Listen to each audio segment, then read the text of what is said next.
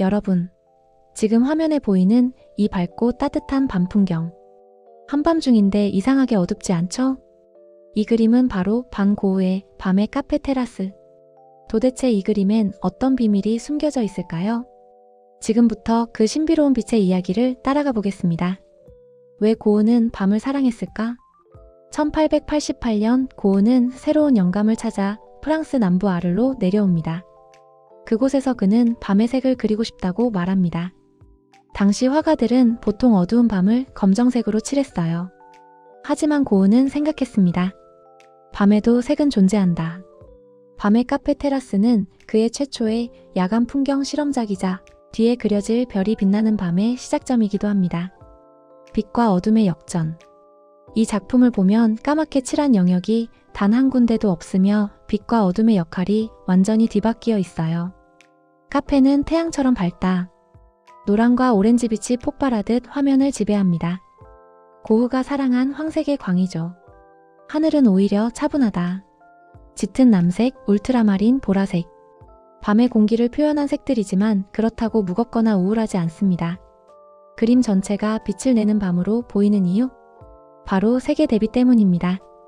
밝은 노란과 깊은 파랑이 만나 빛이 더 밝게, 밤이 더 풍부하게 느껴지도록 만들죠.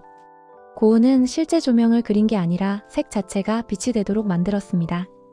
즉, 고흐는 밤을 빛이 죽는 시간이 아니라 색이 살아나는 시간으로 뒤집어 버렸습니다. 별 또한 멀리서 보면 작은 별처럼 보이지만 가까이 보면 고흐는 단순 점이 아니라 작은 원형의 붓질 짧은 스트로크의 겹침으로 별을 만들었어요. 즉, 별이 반짝인다가 아니라 스스로 빛을 내고 있다는 인상주의적 효과를 준 겁니다. 별들의 배치 또한 원근감 있는 하늘을 만들기 위한 고흐의 선택이었습니다.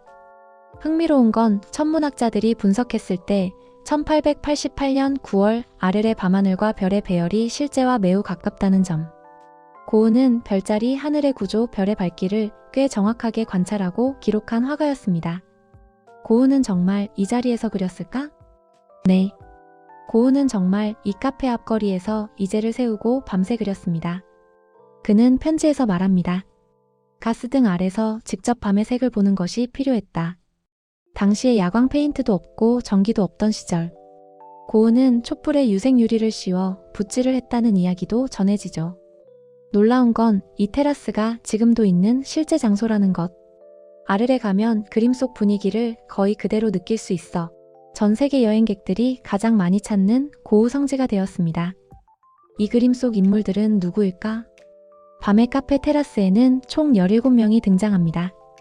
하지만 누구도 중심이 아닙니다. 그 이유가 정말 흥미롭습니다.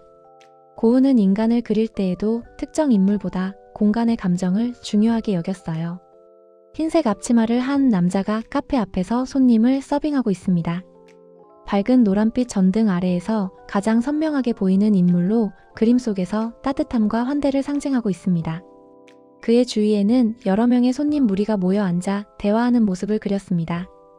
고흐는 일부러 누구인지 식별할 수 없게 그려서 풍경 전체의 분위기를 우선시했습니다.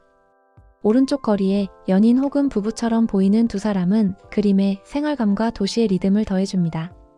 그래서 인물들은 풍경의 일부처럼 흐릿하고 진짜 주인공은 조명 아래 생겨난 밤의 분위기입니다.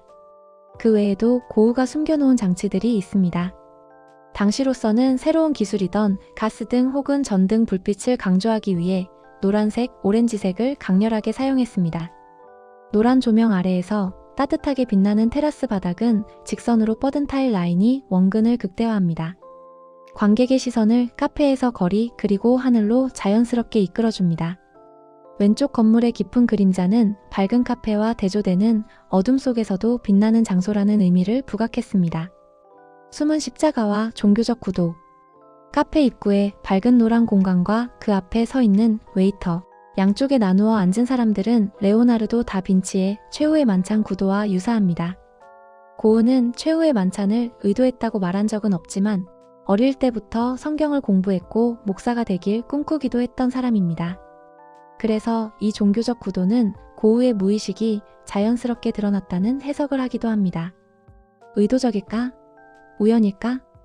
고흐는 종교적 상징을 넣었다고 말하지 않았지만 그의 평생 관심이 구원과 빛이었던 만큼 이런 해석이 가능하다는 점이 매력적이죠. 별이 빛나는 밤보다 먼저 그려진 밤의 시작. 많은 사람들이 몰랐던 사실.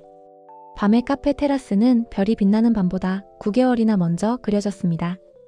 즉, 고흐의 밤의 세계를 여는 첫 번째 열쇠가 된 작품이라는 것. 여기서 시작된 밤의 색실험은 뒤이어 롱강 위의 별이 빛나는 밤, 그리고 최고 걸작 별이 빛나는 밤으로 이어집니다. 밤이라는 테마는 고흐가 자신의 내면을 표현하는 가장 중요한 장치였던 셈이죠. 왜 우리는 이 그림을 사랑할까? 많은 사람들은 고흐가 우울해서 밤을 그렸다고 생각하지만 사실 이 그림은 고흐가 가장 희망에 차 있었던 시기에 탄생했습니다. 알을 도착, 새 출발, 새로운 영감. 예술가 공동체를 만들겠다는 꿈. 밤의 카페 테라스는 고흐가 처음으로 행복을 느끼던 순간의 기록이라는 사실을 알려주고 있습니다. 고흐에게 있어 밤은 절망이 아니라 새로운 세계가 열리는 시간대였다는 것. 색으로 빛을 만들 수 있다는 신념, 그리고 고흐가 세상에 보내는 따뜻한 초대 같은 장면입니다. 이 밤을 두려워하지 않아도 된다는 듯한 그의 조용한 위로가 느껴집니다. 여러분도 지금 그 카페 테라스에 앉아 따뜻한 조명을 바라보고 있는 듯한 기분이 들지 않나요? 이걸 이해하면 그림의 분위기가 완전히 달라 보입니다.